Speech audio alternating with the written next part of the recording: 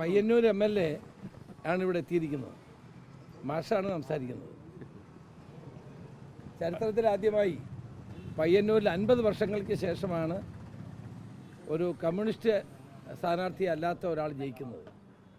അദ്ദേഹത്തിൻ്റെ പുസ്തകമൊക്കെ നിങ്ങൾ വായിച്ചതാണ്, അല്ലെങ്കിൽ നമ്മൾ കേരളം കണ്ടതാണ്. അദ്ദേഹത്തിൻ്റെ തെരഞ്ഞെടുപ്പ് രംഗത്ത്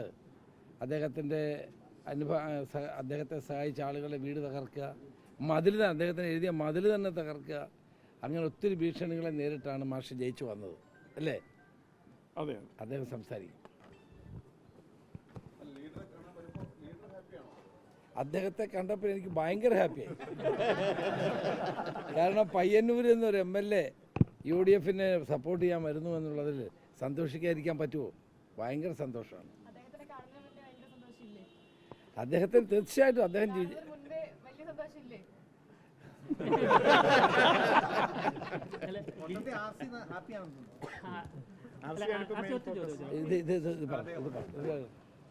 എല്ലാ ബഹുമാനം നിലനിർത്തിക്കൊണ്ട് ഒരു തിരുത്ത്, കമ്മ്യൂണിസ്റ്റ് അല്ലാത്ത സ്ഥാനാർത്ഥി എന്ന് പറഞ്ഞതിൽ കമ്മ്യൂണിസ്റ്റ് പാർട്ടിയുടേതല്ലാത്ത സ്ഥാനാർത്ഥി. ഞാൻ കമ്മ്യൂണിസ്റ്റാണ്,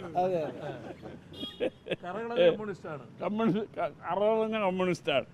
അപ്പോൾ കമ്മ്യൂണിസ്റ്റ് പാർട്ടിയുടേതല്ലാത്ത ഒരു സ്ഥാനാർത്ഥി ആദ്യമായി ജയിക്കുന്നതാണ്. അപ്പോൾ UDF വലിയ ഭൂരിപക്ഷത്തിന് വിജയിച്ച് അധികാരത്തിൽ വരികയാണ്. മറ്റന്നാൾ അധികാരം ഏറ്റെടുക്കുകയാണ്.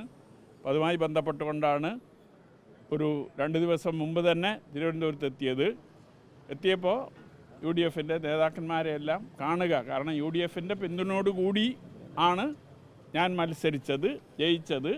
CPM-നകത്ത് നിന്ന് വലിയ തോതിൽ വോട്ട് ഇറക്കി ലഭിച്ചിട്ടുണ്ട്. അതുപോലെ തന്നെ നിഷ്പക്ഷമതികളായ നിരവധി ആളുകൾ വോട്ട് ചെയ്തിട്ടുണ്ട്. ഇതെല്ലാം ചേർന്നതാണ് എൻ്റെ വിജയം. അത് ആ നിലയിൽ ഒരു സ്വതന്ത്ര സ്ഥാനാർത്ഥി എന്ന നിലയിലാണ് മത്സരിച്ചത്.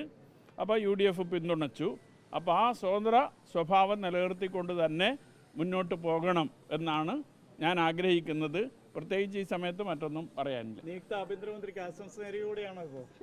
ആഭ്യന്തരമന്ത്രിയാണോ അല്ലയോ എന്നുള്ളത് അവർ തീരുമാനിക്കേണ്ട കാര്യമാണ്. വകുപ്പ് വിഭജനം നടന്നു, ആരൊക്കെയാണ് മന്ത്രിമാരെന്നത് എനിക്കിപ്പോൾ അറിയുന്ന ഒരു കാര്യമല്ല. അറിഞ്ഞാൽ അതിനെക്കുറിച്ച് അഭിപ്രായം പറയാം.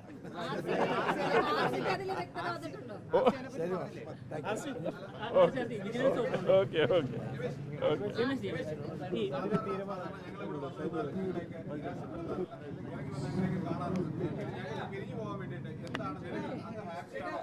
അല്ല, ഞാൻ ഹാപ്പിയാണോ ഇല്ലയോ എന്നുള്ളതല്ല, ഇതൊക്കെ മറുപടി പറയേണ്ടത് ഞാനല്ല.